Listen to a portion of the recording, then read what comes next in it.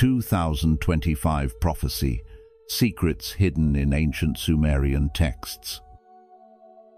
From the fertile heartlands where the Tigris and Euphrates once cradled civilization, the Sumerians carved humanity's first stories into clay.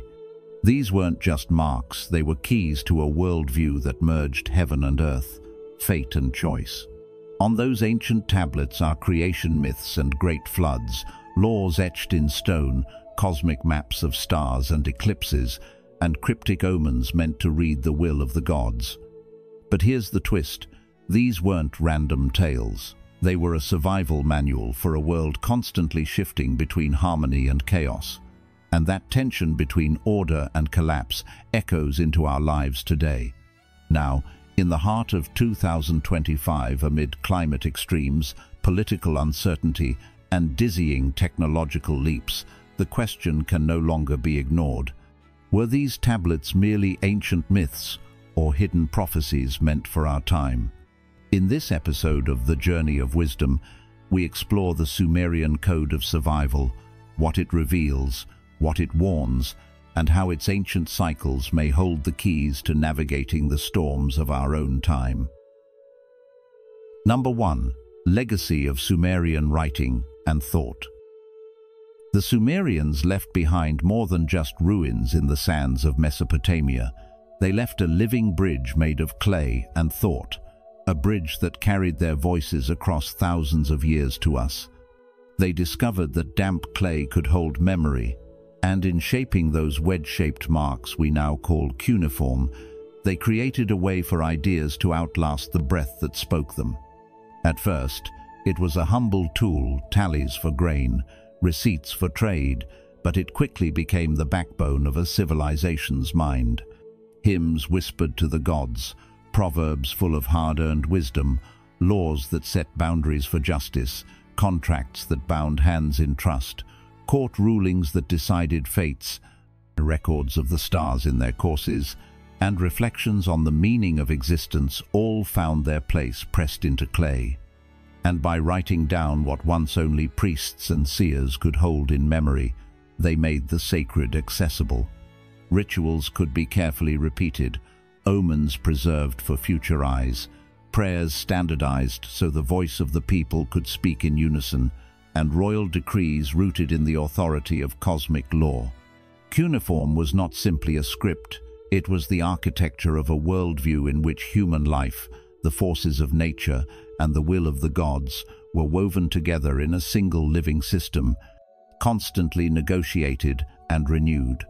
From this script grew works that would echo through history, not only as stories, but as guideposts for how to live, govern, and survive in a world that constantly changes. The Enuma Elish, known as the creation epic, stands as a profound example.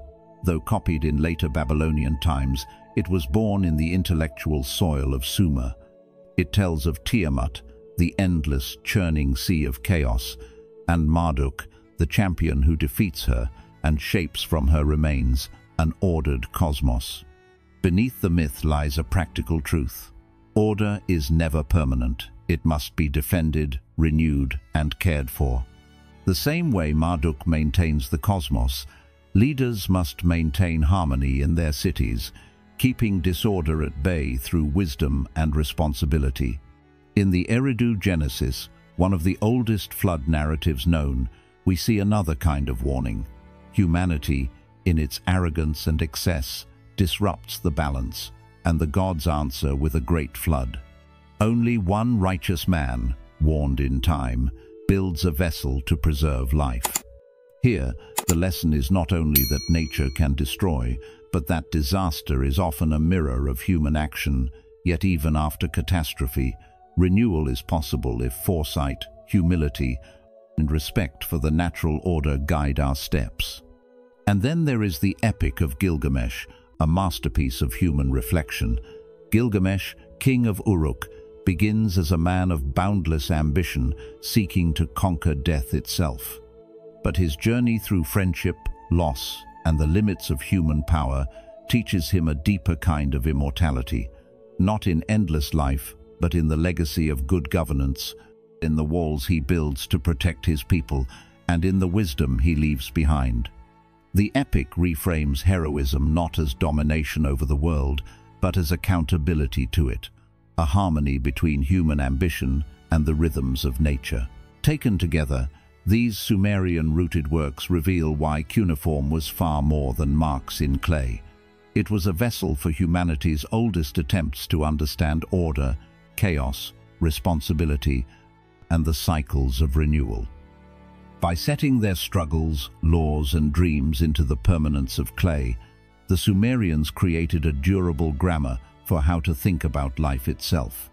And even now, in our own age of uncertainty, when the forces of change seem as unstoppable as a flood or as chaotic as Tiamat's waters, these ancient voices still speak to us, reminding us that the path forward lies in the same truths they knew: respect the balance, renew the order, and leave behind a legacy that serves those who come after. Number 2. Sumerian Cosmology and Astronomy. Sumerian cosmology and astronomy, how the heavens guided the fate of the earth and the hearts of humankind. To the ancient Sumerians, the sky was not a distant mystery. It was the very heartbeat of existence, the language through which the gods spoke to kings, farmers, and ordinary people alike. They believed heaven, earth, and the divine were not separate realms, but one fused reality. The wind that carried life to the fields, the floods that could bless or destroy, the rise and fall of rulers, these were all woven into the same cosmic tapestry. The lights that moved across the night sky were not just beautiful, they were messages. And if you could read them, you could understand how to live, when to act, and when to wait. Have you ever wondered if the sky could speak? What would it be telling you right now? For the Sumerians, watching the sky was as essential as breathing. It wasn't just about curiosity, it was about survival. Their scribes kept meticulous records of the stars, planets, and eclipses, noting how certain patterns returned year after year. These observations became calendars that told them when to plant seeds, when to celebrate sacred festivals, and even when to march into battle. And while their methods were not the kind of precise mathematics we use today, their skill in noticing, remembering, and interpreting allowed them to anticipate great events: the sudden darkening of the sun, the rare brilliance of a planet, the seasonal return of certain stars. Every celestial shift was a signal, and every signal carried advice or warning. In their eyes, astronomy and omen reading were one and the same. You observed, you remembered, you interpreted, and you acted accordingly. Does that sound so different from how we check the weather forecast or read market trends today? To them, the planets were more than wandering lights. They were personalities with power. Each had its own nature, its own influence over human affairs. Take Venus, for example, which they called Inanna, or later Ishtar. She shone brightest in the sky, yet she was unpredictable, a bringer of love and fertility, but also of war and upheaval. As the morning star, she promised renewal. As the evening star, she could signal conflict. This wasn't just poetic symbolism, it was practical guidance. A favorable Venus sign could mean it was a good time for alliances or planting crops. A troubling sign meant caution, perhaps even a delay in important plans, accompanied by rituals to restore harmony. Can you imagine making political decisions or planting your food based on the mood of a single planet? And then there is Nibiru, the planet of crossing. In their cosmology, it was a sign of great change, often linked with the god Marduk. It appeared in myths as a marker of times when the old order had to be broken, so a new one could be born. Floods, changes in ruling dynasties, ecological shocks, Nibiru symbolized the turning point, the reset, the moment when the world could not remain the same. In modern times, some have reimagined Nibiru as a hidden planet or a cosmic threat, but most scholars see it as more symbolic than physical, a reminder that disruption is part of life's rhythm. It warns us that systems naturally drift toward disorder, and the wise must be ready to restore balance when the cycle turns. What the Sumerians left us is not a fatalistic worldview where fate is fixed, but a discipline of attention. They understood that the universe offers signs not to scare us, but to prepare us. The lesson they passed down is as relevant now as it was thousands of years ago. Pay attention early, act with humility, and respond to change with wisdom and care. Just as they look to the stars to guide their hands on earth, we too can learn to read the signs in our own lives, in nature, and in the patterns of our societies. So, the question is, are we watching closely enough to notice when it's time to change course? If you've watched this far, you're already uncovering the hidden wisdom of the ancient Sumerians and what it could mean for our world in 2025. Comment below with "Prophecy Unlocked" to show you're ready to explore these mysteries even deeper. Don't click away, there's still powerful knowledge ahead that could change the way you see the future forever. Number 3. Core themes in myth and why they matter now.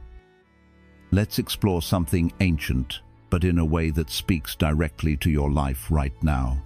In the old Sumerian and Babylonian stories, tales carved into clay thousands of years ago, we find 3 powerful themes that feel almost uncannily relevant to the challenges we're facing in 2025. These aren't dusty myths for scholars to debate in some quiet library. They're living lessons about how humans have always wrestled with chaos, responsibility, and the endless cycle of ruin and renewal. And if you listen closely, you'll hear them whispering to you, personally, about what needs to be done now before it's too late. The first theme is the contest between chaos and order, as told in the Babylonian creation epic, the Enuma Elish. In that story, the world doesn't just magically appear in perfect form and stay that way forever. No, order is something won from chaos, through struggle, and then has to be maintained every single day. The hero god Marduk defeats the great sea dragon Tiamat, the embodiment of chaos, but his victory isn't a happily ever after. Instead, it's a responsibility, a sort of cosmic job description, calling for ongoing care. Think of it as a contract, rituals, laws, shared values, and systems all working together to keep the chaos from flooding back in. And here's the thing, this isn't just about ancient gods, it's about us. In 2025, we see our own versions of Tiamat rising, political division that tears communities apart, a climate system swinging more wildly than we've ever known, AI and biotechnology racing ahead faster than our laws or ethics can keep up. The lesson is crystal clear. If we don't actively build guardrails, policies, safeguards, and moral commitments, our systems will drift. And drift always leads back to disorder. Facts, trust, institutions, these are our modern cosmic order, and they require constant tending. Leave them untended, and entropy will come knocking. The second theme comes from the Eridu Genesis, one of the world's earliest flood stories. Here, catastrophe doesn't strike out of nowhere. It comes because people have crossed the limits, too much greed, too much corruption, too much disregard for the balance of life. The flood in the story isn't just water, it's nature's way of cleansing what's out of harmony. Only one prepared person survives, not because of luck, but because he listened to the warning signs, acted early, and respected boundaries. And when we translate this into our world today, it's almost uncomfortably close to home. Rising seas, violent storms, food and water insecurity, these aren't random acts of fate, they are the natural consequences of imbalance. The question for us in 2025 is, will we be like the prepared survivor, or will we keep ignoring the warnings until we're swept away? This myth teaches that resilience isn't just about technology or infrastructure, it's also about fairness. If we adapt to climate change, but only protect the already privileged, we've missed the point entirely. Justice isn't an optional extra, It's a survival tool. The third theme is perhaps the most reassuring, though it still carries a challenge. The Sumerian understanding that time moves in cycles, decline, collapse, and renewal. Cities like Eridu and Uruk rose in splendor, then faltered, then rose again in new forms. In these ancient eyes, collapse wasn't the end. It was the hinge, the turning point. That's a powerful shift in thinking for us today. Because right now, we're in a time when crises overlap: environmental instability, social fragmentation, technological upheaval. It can feel like the end of the story. But maybe it's not the end at all. Maybe it's the turning of the wheel. And the question is, what will we do while the wheel is turning? The Sumerian mindset would urge us to design for the after, even while we're still inside the during. That means making our systems strong not just in good times, but in bad, what modern thinkers call anti-fragile. It means restoring the health of our soils, rivers, and cities before we race ahead with more expansion. It means anchoring our progress in values that last: fairness, humility, long-term responsibility. Because without that, any technical fix will eventually break under the weight of our own short-sightedness. When you put all three themes together, a single message emerges. Order is never permanent. Warnings are acts of mercy. Renewal is always possible. But there's a catch: you have to recognize the turning point when it comes, and you have to act with courage and humility. The myths are not prophecies of doom. They are blueprints for survival and flourishing. The ancient storytellers weren't trying to scare their audiences. They were trying to hand them a map, a way to navigate the storms of life. And that map still works, if we're willing to read it. So as we stand here in 2025, surrounded by uncertainty, these voices from thousands of years ago are telling you something very simple, but very urgent. Tend the order you've built. Heed the warnings before the flood. And when the wheel turns, don't just hope for renewal, be part of making it happen. In practical terms, it means making sure that everyone has a stake in resilience, that climate adaptation is not a privilege for the wealthy, that transitions in energy, labor, and technology do not leave whole communities behind, that corruption is rooted out, and that institutions remain trustworthy in both word and action. Social cohesion is not just a feeling. It is an infrastructure of mutual reliance that prevents shocks from cascading into collapse. Without it, even the most advanced systems can unravel in the face of sustained stress. Across all of these lessons, a single thread binds the Sumerian message. Learn to read the signs before they become crises, honor the limits that keep life in balance, and tie every form of power, whether it is political, technological, or natural, to a framework of responsibility. This is not a call to retreat from ambition or invention, but to anchor them so firmly in ethics, humility, and shared well-being that they can endure. Renewal will always outpace breakdown when foresight guides action, when we live within the patterns that sustain life, and when justice keeps society whole. But if we close our eyes to warning signs, if we push past every limit in the name of speed or gain, then the ancient cycle the Sumerians knew too well will repeat, the moment of glory followed by the tide of chaos, sweeping away what was built. Their voices, carved in stone and sung in temple courts, are not relics of a vanished past. They are a mirror held up to our present, asking whether we will choose wisdom while we still have the chance. If you're still here, you're among the few ready to hear the truths the ancients left behind. Type "future revealed" in the comments to show you're ready for what's coming. Don't stop now. The most astonishing revelations are just moments away. Number 4. Lessons and warnings from the Sumerians.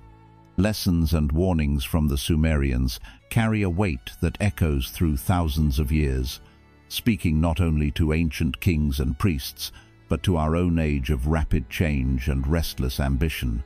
In the Sumerian worldview, balance was not a passive state, but a living achievement earned, tested, and guarded. Their myths tell of mighty rulers and heroes who soared too high, blinded by their own glory, only to be pulled back to earth by forces greater than themselves. These stories remind us that power divorced from humility is short-lived, and that even the most gifted leader holds legitimacy only when their strength is used in service to the common good and in harmony with the greater cosmic order. In today's high-speed world, where ambition is often celebrated without question, the lesson is clear. Restraint is not weakness, but wisdom in action. It means knowing when to push forward and when to step back, setting limits not as chains but as guide rails, and building systems that let us correct course before harm turns irreversible. The Sumerians understood that life's stability is not an accident. It is the product of intentional choices that respect both human needs and the unseen rhythms of the universe. Just as they spoke of humility, the Sumerians also wove into their myths the truth that human life is inseparable from the natural world. Flood tales and the cycles of planting and harvest were not just agricultural records. They were moral maps, showing that prosperity depends on living in step with nature's patterns rather than fighting against them. They knew rivers could bless or destroy, soils could feed or fail, and seasons could nourish or withhold, all depending on whether humans honored the limits written into the land itself. In our era, this lesson demands that we treat the natural systems around us as partners, not raw materials to be used until exhaustion. This means restoring wetlands and floodplains so they can shield us from storms, shaping cities to bend and yield under stress rather than shatter, and valuing the true worth of water, clean air, and stable climate in the way we design economies. It calls for a shift in priorities, prevention first, by keeping ecosystems healthy before scrambling to fix disasters after they have struck. The so-called wrath of nature is rarely sudden. It is the accumulation of ignored warnings, small signals overlooked until they arrive all at once in the form of catastrophe. The Sumerians, with their patient observation of the stars, the rivers, and the seasons, knew that survival belonged to those who listened early. Another thread in their wisdom is one that feels almost prophetic for our time. The power of knowledge carries obligations as heavy as its gifts. In Mesopotamian lore, the deities of wisdom and invention bestowed tools and skills not freely, but with strings attached, rituals to follow, rules to respect, and responsibilities to uphold. Translated into our age, this principle becomes a call for ethical guardrails around the technologies that shape our future. Whether we speak of artificial intelligence, genetic engineering, or the vast and often invisible networks of data, the warning is the same.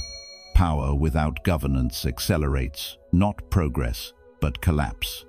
To heed the Sumerian spirit is to demand transparency before deployment, to ensure human oversight where stakes are high, to rigorously test and challenge new systems before they enter the world, and to anchor every innovation to the principles of privacy, safety, and human rights. It is about building accountability into the very design of our tools so that we do not find ourselves servants to the creations we intended to control. Just as the ancients knew that knowledge misused could invite disaster, so must we ensure that the pace of our invention is matched by the depth of our foresight. Finally, the Sumerians taught that the bonds of solidarity and justice are not luxuries of peaceful times.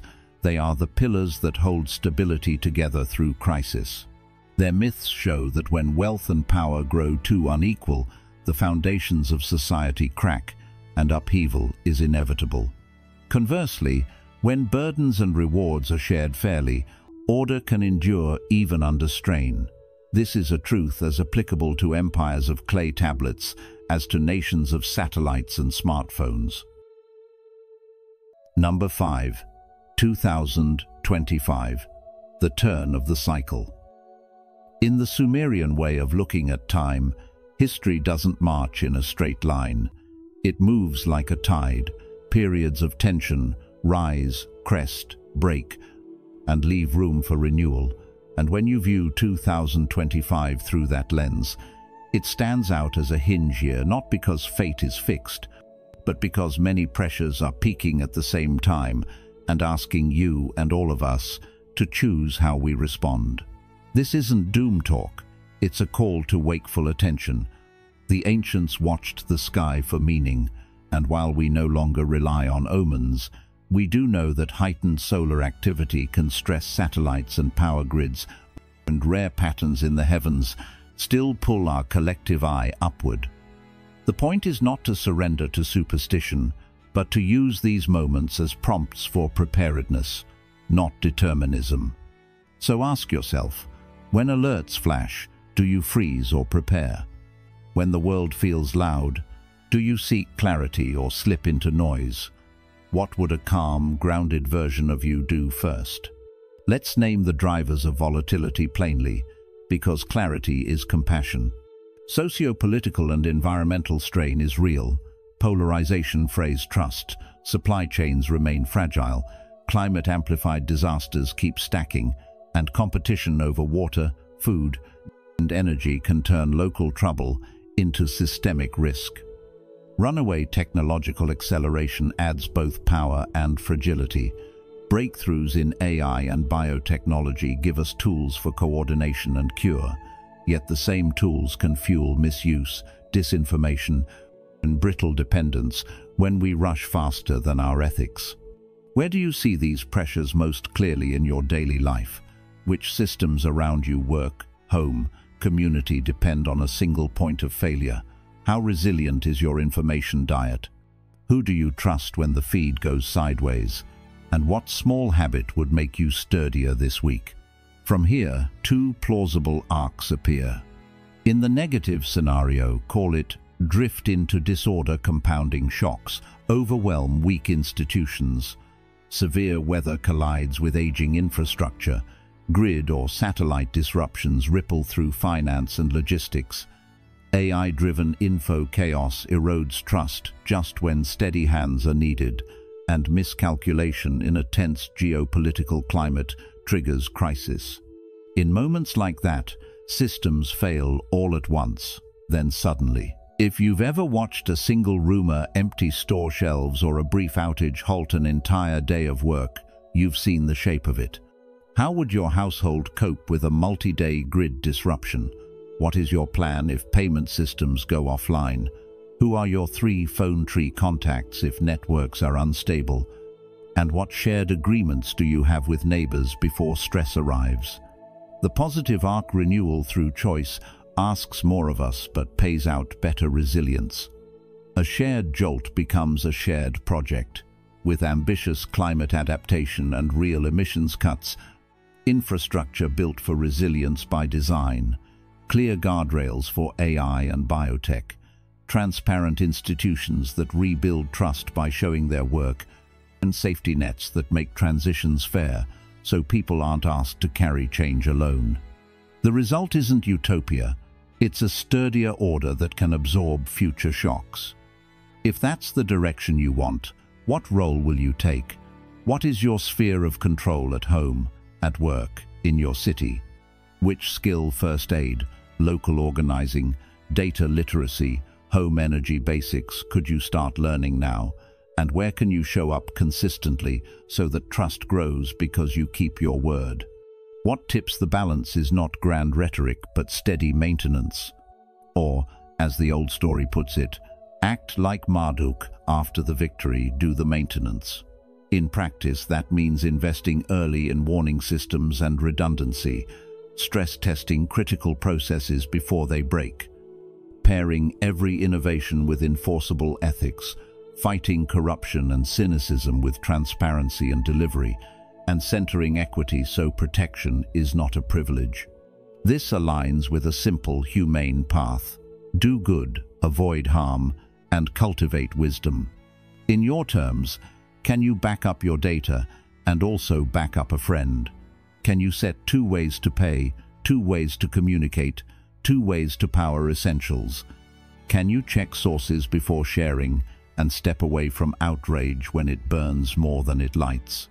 And can you choose policies and leaders who show their homework, not just their headlines? From a calm mind comes skillful action. A few minutes of steady breathing, one thoughtful conversation across a divide, one practical drill with your family, one volunteer shift with a local resilience effort. These are small, repeatable moves that add up. You don't need to predict the sky to prepare your day. Use celestial headlines as reminders to check what matters on the ground. Water, power, communication, medicine, community. Keep tools that restore balance close. A charged battery and a charged spirit, a stocked kit and a clear set of values, a habit of pausing before reacting and a habit of helping before blaming. What agreements can your team make to keep working during outages? What climate risk maps apply to your neighborhood, and how might you adapt? What code of conduct will your group follow when using AI tools? And how will you measure trust so it grows by evidence, not by wish? The Sumerian message is not fatalistic, it's practical. Cycles turn, and the wise learn to read the swell, adjust their sails, and keep rowing together. Or, as the teaching lands here, cycles turn, but whether the next chapter is collapse or renewal depends on how quickly we recognize imbalance and how deliberately we restore it. So here are the lessons to carry with you. Treat 2025 as a hinge year of choice, not a script. Use sky watching as a cue for Earth-level preparedness. Reduce single points of failure at home and in your workplace. Demand and practice transparency to rebuild trust. Pair every leap in technology with a leap in ethics. Make equity non-negotiable so resilience is shared. And keep doing the maintenance on your systems, your community, and your own mind, because care, repeated over time, is how cycles turn toward renewal. Number 6. Turning wisdom into action. The lessons of the Sumerians are not meant to be admired from a distance, they are meant to be lived. Ancient voices carved into clay become real only when they guide our choices here and now. In this turning point year, the path forward can be summed up in 4 pillars of action, each echoing through both their age and ours. 1. Protect the environment. The Sumerians understood that prosperity came from working with nature's cycles, not against them. In our time, this means restoring the ecosystems that protect us: wetlands, forests, rivers, and cutting the pollution that destabilizes the climate. It means designing cities and infrastructure that bend with the storm rather than break. Every act of stewardship, no matter how small, is part of the larger work of keeping the flood at bay. 2. Guide technology with ethics. The ancients treated knowledge as a sacred gift, bound by responsibility. Today, our clay tablets are AI, biotechnology, and vast data systems, powerful tools that demand equally powerful safeguards. Guiding technology with ethics means transparency before deployment, safety testing before mass adoption, and rules that protect privacy, human dignity, and fairness. Innovation without conscience invites collapse. Innovation with conscience builds a future worth inheriting. 3. Preserve justice and solidarity. Sumerian stability rested on fairness, on leaders and citizens sharing both the burdens and the benefits of life. Inequality corrodes trust. Shared responsibility strengthens it. This pillar calls for systems that protect the vulnerable, spread resilience across all communities, and prevent crisis from becoming collapse by ensuring no one is left behind. Solidarity is not charity, it is the infrastructure of survival. 4. Stay spiritually connected to nature and the cosmos. For the Sumerians, the sky was a living map, and the rhythms of earth and heaven were guides to right living. Staying connected today means more than stargazing. It is about paying attention to the patterns around us, keeping a sense of awe, and acting with humility in the face of forces larger than ourselves. This connection keeps our perspective wide, our priorities clear, and our hearts steady in times of change. Taken together, these four pillars are not abstract ideals, they are the maintenance work that turns the wheel toward renewal instead of collapse. Protect the balance of nature, shape technology with conscience, anchor society in fairness. Keep the mind and spirit tuned to the greater rhythms. This is how civilizations endure. This is how 2025 can be remembered, not as the year the cycle broke, but as the year we turned it toward lasting harmony. The ancient Sumerians left us more than myths. They left a blueprint for resilience in uncertain times. Their wisdom is clear. Protect the balance, act before the flood, and meet every turning of the cycle with courage, fairness, and care. If these insights from the past speak to you today, help us share them with the world. Like this video, share it with friends, and subscribe to The Journey of Wisdom. Don't forget to turn on the notification bell so you won't miss our next deep dive into history's hidden lessons for our future. Together, we can carry forward the wisdom that has endured for thousands of years, so the next chapter of our story is one of renewal, not collapse.